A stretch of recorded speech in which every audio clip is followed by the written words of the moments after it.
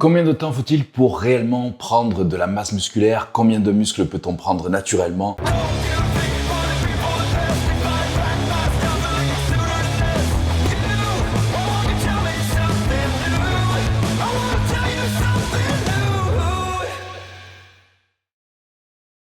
Aujourd'hui, c'est vrai que dans le monde hyper connecté dans lequel on vit, c'est vraiment facile de tomber dans le piège facile des comparaisons. Et beaucoup trop souvent, il y a des débutants qui commencent tout juste la musculation et qui se comparent déjà à des athlètes professionnels qui s'entraînent depuis déjà plusieurs dizaines d'années avec un travail acharné et qui dédient vraiment leur vie à ça avec beaucoup de sacrifices, ou alors aux influenceurs sur les réseaux sociaux qui sont vraiment les grands maîtres de l'illusion aussi avec des éclairages et des angles parfaits. Mais bref, avant de vous laisser aspirer par cette quête de résultats immédiats, je suis là déjà pour remettre un petit peu les pendules à l'heure et pour vous révéler les véritables clés d'une croissance musculaire saine et surtout durable. Parce que oui, c'est vrai que construire un corps musclé, esthétique, c'est tout sauf instantané, vous l'aurez compris. Et ça demande vraiment beaucoup de temps, ça demande de la détermination et surtout une compréhension approfondie des facteurs qui jouent en votre faveur ou pas. Et dans cette vidéo, on va creuser ensemble ces facteurs déterminants qui influencent la construction musculaire, sans promesses irréalistes ni raccourcis douteux. Je suis là pour partager avec vous les principes justement qui sous-tendent et qui permettent une progression solide et surtout durable sur le long terme. Le premier facteur important, évidemment, c'est l'âge ou les années d'entraînement. Parce que c'est vrai que quand vous débutez la musculation, votre corps va réagir de manière beaucoup plus significative aux exercices. Donc ça, c'est normal. C'est un phénomène d'ailleurs qui est connu sous le nom de gain de débutant ou débutant gains. Et pendant cette phase, c'est vrai que c'est courant de voir une évolution très rapide, autant en termes de volume qu'en termes de force musculaire. Et d'ailleurs, il y a des études récentes qui appuient cette observation. D'ailleurs, c'est une étude qui est publiée dans The Journal of Strength and Conditioning Research et ça a démontré que les individus débutants peuvent expérimenter des gains musculaires assez remarquables dans les premiers mois d'entraînement. Et tout ça, c'est dû à l'adaptation neuromusculaire. Votre corps apprend à recruter et utiliser les fibres musculaires de manière plus efficace. Et ça se traduit par une croissance musculaire rapide et visible assez rapidement. Donc pourquoi ce phénomène se produit-il principalement chez les débutants? C'est tout simplement en partie dû à la réponse initiale du corps à un nouveau stimulus. Et c'est vrai que lorsque vous commencez la musculation, vous introduisez finalement une sorte de stress à laquelle votre corps n'est pas habitué. Et donc en réponse, il va s'adapter en renforçant et en augmentant la taille des fibres musculaires. Mais malheureusement, avec le temps, cette phase de gain rapide diminue. Et au plus vous allez être expérimenté, au plus ça va être difficile de voir des améliorations significatives. Ça, vous vous en doutez, et c'est dû au principe de la loi des rendements décroissants en musculation. C'est-à-dire que votre corps s'habitue à l'entraînement et il devient de plus en plus efficace. Ça veut dire que les gains futurs, finalement, vont nécessiter encore plus d'efforts et des méthodes d'entraînement qui seront beaucoup plus avancées également. Et donc, pour les pratiquants avancés, c'est hyper important de comprendre que les progrès, finalement, se mesurent désormais en petits pas et ça demande vraiment de la patience, une planification d'entraînement beaucoup plus intelligente, beaucoup plus structurée et des ajustements aussi dans la nutrition et la récupération, la gestion du stress, le repos. Donc que vous soyez débutant et que vous profitiez de ces gains impressionnants au début ou alors que vous soyez un pratiquant avancé qui cherche à optimiser votre entraînement, pensez que chaque étape de votre parcours d'entraînement est unique et important. Comprendre, respecter aussi votre âge d'entraînement, c'est essentiel pour planifier efficacement votre progression en musculation. Le deuxième facteur qui influence la croissance musculaire, vous l'aurez compris, c'est le profil hormonal. C'est bien compris que les hormones, notamment la testostérone, jouent un rôle majeur dans le développement musculaire. Mais comment exactement et puis quelles sont aussi surtout les dernières découvertes à ce sujet? La testostérone, c'est souvent qualifié de l'hormone mâle, l'hormone de la musculation. C'est essentiel pour la synthèse des protéines musculaires et la régénération des tissus. Et elle agit un petit peu comme un signal pour le corps en lui indiquant d'augmenter la masse musculaire en réponse à un stimulus d'entraînement en résistance et donc à la musculation. Et des études récentes ont montré que des niveaux élevés de testostérone naturelle sont associés à une capacité de prendre de la masse musculaire accrue et de la force. Ça veut dire que des individus qui ont un taux naturel de testostérone, forcément, ils pourraient voir des gains beaucoup plus rapides et plus significatifs qu'une personne avec des taux naturellement plus bas. Donc c'est important aussi de noter que la testostérone, c'est pas le seul facteur hormonal en jeu. Il y a d'autres hormones aussi qui jouent là-dedans, notamment l'hormone de croissance, donc qu'on appelle aussi GH ou AGH, Et l'insuline aussi, qui joue également un rôle clé. L'hormone de croissance, elle aide à stimuler la réparation et puis la croissance des tissus. Alors que l'insuline, c'est plutôt un régulateur majeur du métabolisme des glucides et des lipides. Et ça influence aussi également la croissance musculaire. Il faut savoir que votre entraînement, il peut affecter vos niveaux d'hormones. C'est-à-dire que les séances de musculation beaucoup plus intenses, surtout celles qui engagent des gros groupes musculaires, peuvent réellement augmenter vos niveaux hormonaux, notamment la production de testostérone et d'hormones de croissance. C'est pour ça que je répète toujours que la séance cuisse, c'est la séance la plus importante de la semaine. Et il y a aussi une étude qui a été publiée dans un journal américain qui a révélé aussi que la combinaison de l'entraînement en résistance, donc de musculation, avec un apport adéquat en protéines, ça peut provoquer forcément un environnement optimal hormonal pour la croissance musculaire. Et en plus de l'entraînement, évidemment, il y a d'autres facteurs qui jouent comme le sommeil, la nutrition, le niveau de stress. Tout ça, évidemment, ça va influencer votre profil hormonal. Donc c'est pour ça que je répète souvent, mais le sommeil, c'est aussi important que l'entraînement et l'alimentation pour maintenir des niveaux hormonaux optimaux. Bien sûr, la récupération, la gestion du stress, etc. Donc en résumé, comprendre l'importance des hormones et comment les influencer positivement à travers l'entraînement, la nutrition, le mode de vie, tout ça c'est très important pour maximiser la croissance musculaire. Mais il faut aussi se rappeler que c'est important que toutes ces influences hormonales varient énormément d'une personne à l'autre. Donc c'est pour ça qu'il y en a qui progressent beaucoup plus vite que d'autres personnes. Et ça, c'est évidemment, ça rend chaque personne unique. Un troisième facteur très important qui influence grandement la croissance musculaire, évidemment, c'est la génétique. L'impact de la génétique sur le développement musculaire, c'est vrai que c'est un sujet assez fascinant et complexe à la fois, parce que ça implique vraiment de nombreux aspects qui finalement vont des types de fibres musculaires à la réaction de votre corps à l'entraînement. Donc d'abord, il faut comprendre que chaque individu possède une composition unique de fibres musculaires. Donc il existe principalement deux types de fibres. Donc il y a les fibres à contraction rapide, donc c'est plus bénéfique pour la force et la puissance. Et il y a les fibres à contraction lente, donc qui sont plus efficaces pour tout ce qui est endurance. Et il y a une étude donc qui a été publiée dans un journal américain qui révèle que les personnes avec une proportion plus élevée de fibres à contraction rapide ont un potentiel beaucoup plus grand pour développer la force et la masse musculaire en réponse à l'entraînement en résistance, donc à la musculation. Votre génétique détermine également votre réactivité à l'entraînement en musculation. Donc il y a certaines personnes qui sont appelées répondeurs élevés qui voient des gains musculaires importants assez rapidement, alors qu'il y a d'autres personnes, les faibles répondeurs finalement, qui peuvent ne pas voir de résultats malgré des efforts similaires. Et il y a une autre étude qui a été publiée dans Medicine, Science in Sport and Exercise qui a souligné cette variabilité en montrant que la réponse à un programme d'entraînement standard, il peut varier énormément d'une personne à l'autre. Et la génétique influence aussi votre taux métabolique et la manière dont votre corps stocke et utilise les graisses et les protéines. Et tout ça, évidemment, ça va affecter indirectement votre capacité à développer et à maintenir la masse musculaire. D'autres recherches ont également démontré que ces facteurs métaboliques,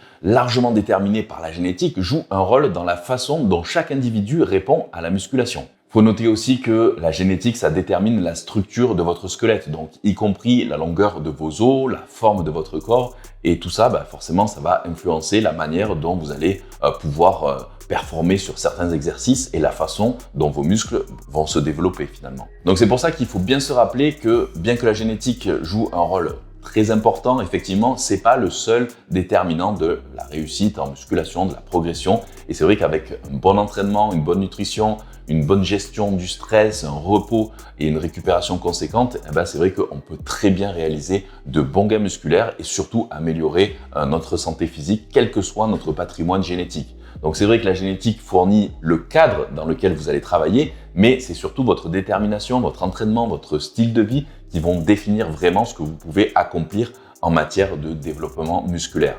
Et on arrive à un quatrième critère très important, c'est la mémoire musculaire. Donc ça, c'est vrai que c'est un sujet qui est vraiment hyper passionnant et je sais de quoi je parle aussi. Mais qu'est-ce que c'est exactement la mémoire musculaire? Donc en termes simples, c'est la capacité de vos muscles à se souvenir de leur état précédent de développement. Et lorsque vous avez déjà acquis une certaine masse musculaire, et puis que vous arrêtez par exemple l'entraînement pour une raison ou une autre, donc que vous soyez par exemple à cause d'une blessure comme ça a été mon cas quand je m'étais fait opérer du dos, ou alors d'une pause de l'entraînement ou d'un changement finalement dans votre routine comme je sais pas moi la préparation à un marathon, vos muscles ils vont perdre une partie de leur volume et de leur force, c'est normal.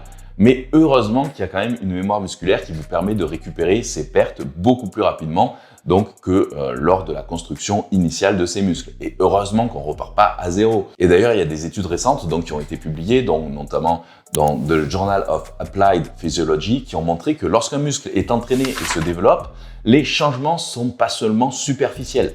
L'entraînement, en fait, il va stimuler la création de nouveaux noyaux dans les cellules musculaires et ça va contribuer à la croissance musculaire. Et ces noyaux, acquis pendant la phase d'entraînement, ils vont pas disparaître. Et même quand les muscles vont rétrécir finalement en raison d'une inactivité quelconque. Et lorsque vous allez reprendre l'entraînement, ces noyaux, en fait, ils vont activer plus rapidement la croissance musculaire et permettant donc une récupération beaucoup plus rapide de la masse musculaire perdue. Donc ça explique pourquoi il y a des personnes comme moi qui ont été en très bonne forme physique pendant longtemps et puis qui peuvent se remettre beaucoup plus rapidement en forme après une période d'inactivité forcée comme quand j'ai été pendant plus de 3 mois à l'hôpital.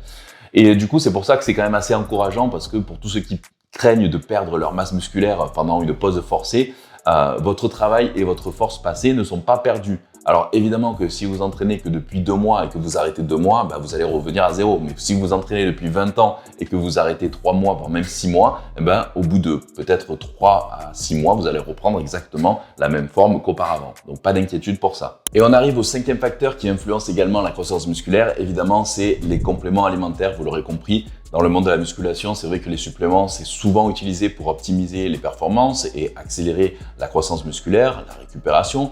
Et il faut comprendre que leur rôle et leur efficacité, c'est été basé sur des preuves scientifiques. C'est pas juste de la poudre de perlimpinpin, à part pour certains évidemment.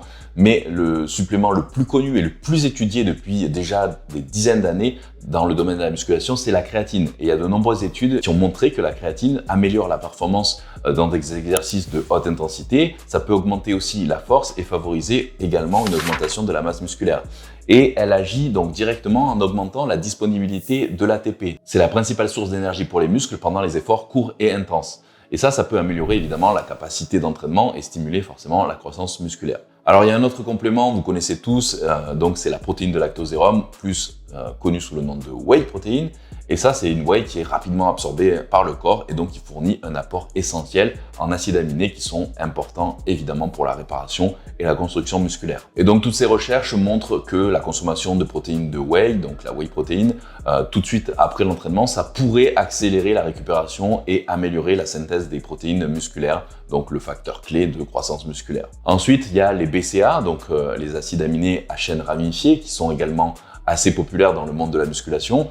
C'est vrai que leur efficacité, elle fait l'objet de débats, mais il y a certaines études quand même qui suggèrent qu'ils peuvent aider à réduire la fatigue pendant l'exercice et améliorer du coup la récupération musculaire. Donc évidemment, il faut bien se rappeler que les compléments, ça ne doit pas remplacer une alimentation donc bien équilibrée et un entraînement bien adapté. Comme leur nom l'indique, ce sont des compléments pour améliorer les résultats que vous obtenez grâce à ces fondamentaux de base qui sont la diète et l'entraînement évidemment. De plus, la qualité des suppléments, leur dosage, tout ça c'est essentiel pour éviter les effets secondaires indésirables. Et je partage régulièrement les compléments que j'utilise personnellement donc chez Prozis. Je suis partenaire avec eux depuis maintenant plus de 7 ans et j'ai visité également leurs usines au Portugal et tout ça, leur laboratoire d'analyse et voilà, c'est vrai que j'ai une confiance absolue en eux. Ils ont des produits pour tout le monde, donc que ce soit pour les pratiquants les plus avancés aux débutants qui ne veulent pas forcément mettre beaucoup de budget, mais vous avez aussi des versions donc professionnelles, donc pour ceux qui recherchent vraiment une qualité exceptionnelle. Donc voilà, vous pouvez utiliser, je vous le rappelle, mon code JulienQ10 pour bénéficier des moins de 10% sur votre commande, mais aussi de cadeaux offerts et également la possibilité de gagner 150 € de bons d'achat. Donc chaque mois, je tire au sort 2 commandes et j'offre 150 € à l'un d'entre vous. Donc pour compléter notre compréhension de la vitesse à laquelle on peut construire du muscle, c'est important d'examiner des modèles qui ont été établis dans la recherche justement en musculation. Et il y a 2 modèles qui sont particulièrement importants. Donc c'est ceux de Lyle McDonald et d'Alan Aragon. D'abord le modèle de Lyle McDonald. Il fournit une estimation basée finalement sur l'expérience d'entraînement. Donc pour un homme débutant, il suggère que c'est possible de gagner jusqu'à 1 kg de muscle par mois pendant la première année. Donc c'est vraiment énorme. Si vous vous rendez compte, c'est j'aimerais pouvoir gagner 1 kg de muscle par mois, mais c'est vraiment pas le cas à mon âge maintenant. Mais c'est vrai qu'avec le temps, évidemment, ces gains, ils diminuent. Et ça, c'est un phénomène donc, qui illustre parfaitement la loi des rendements décroissants en musculation. Pour les femmes, il conseille de diviser donc ces valeurs par 2, donc en raison forcément des différences hormonales et physiologiques. Donc 500 grammes par mois pour une femme la première année d'entraînement, pour une femme débutante. Donc comme je vous le disais, pour un homme, un pratiquant débutant, il peut espérer gagner 1 kg par mois au maximum, donc soit 12 kg dans l'année, et pour une femme, environ 6 kg dans l'année. Mais ça, évidemment, ça dépend des individus encore une fois, et puis ça dépend de la génétique et de la morphologie. Ensuite, la deuxième année, déjà, ça ralentit de moitié. Donc, ça sera 6 kg pour un homme et environ 3 kg pour une femme. Vous vous rendez compte? Et la troisième année, malheureusement, ça continue encore de diminuer, donc par 2. C'est-à-dire qu'on peut espérer gagner 3 kg de muscles secs pour un homme dans la troisième année de musculation, et donc pour une femme, 1,5 kg. Et au-delà de la quatrième année, ça commence vraiment à ralentir beaucoup. Donc c'est 1 à 2 kg par an maximum pour un homme et 1 kg environ par an pour une femme. Donc vous voyez que c'est vraiment compliqué après la quatrième année de continuer à prendre du muscle. Et d'ailleurs, si vous observez bien, que ce soit mes photos, mes vidéos, etc., moi, après 27 ans d'entraînement, ça fait déjà des années que je prends plus un pet de muscle ou 1 gramme de masse musculaire, malheureusement. Donc si vous regardez mes photos d'il y a 5 ans et mon poids, il n'a pas bougé. Je fais toujours entre 94 et 95 kg à peu près. Je me maintiens. Mais voilà, sur certaines photos, je peux paraître plus gros parce que, encore une fois, c'est lié à la congestion musculaire après un entraînement. C'est peut-être lié aussi à l'angle de la photo, à la lumière, etc.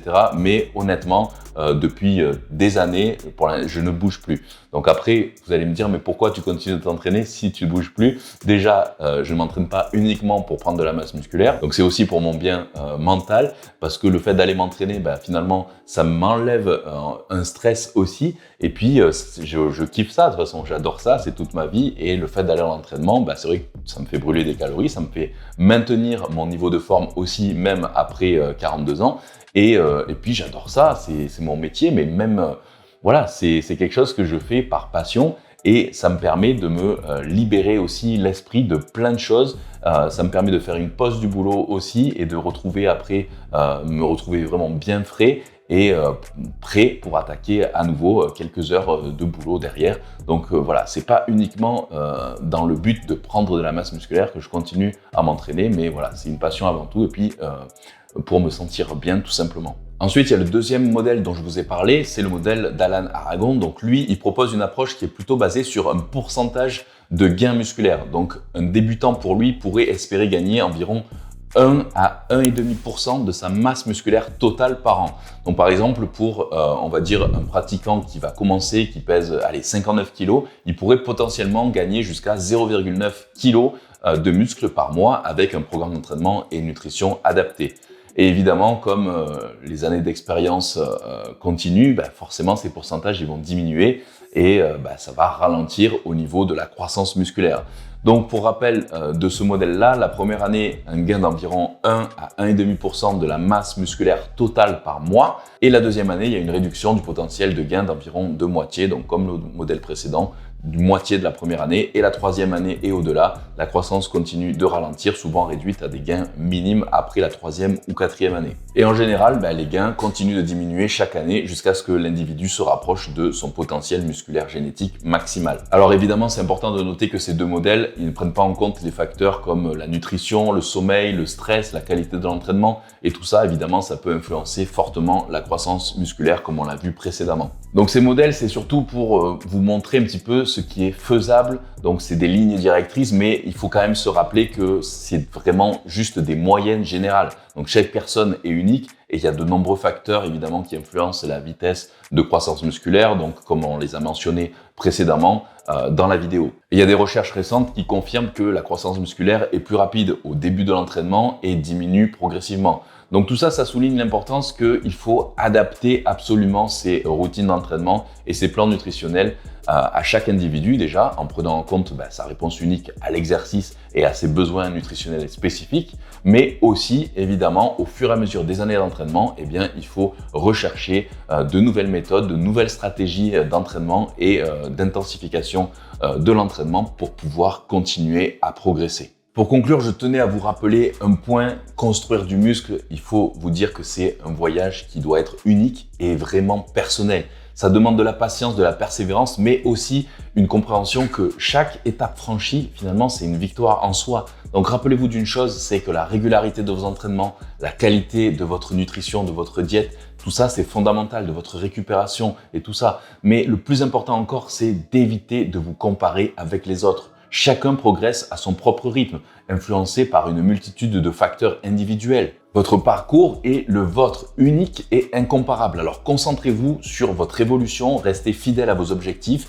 Les résultats viendront avec le temps. Soyez patient. L'effort, la détermination doivent rester inébranlables. Voilà les amis, j'espère que vous avez apprécié cette vidéo. Je voulais pas évidemment vous démotiver, mais juste vous montrer ce que vous pouvez attendre de façon réaliste. Donc si vous avez trouvé de la valeur dans cette vidéo, n'hésitez pas à mettre un petit like, à partager cette vidéo, à commenter un maximum. Et puis je vous retrouve très bientôt pour de nouvelles vidéos. Et en attendant surtout, ne lâchez rien. Bye.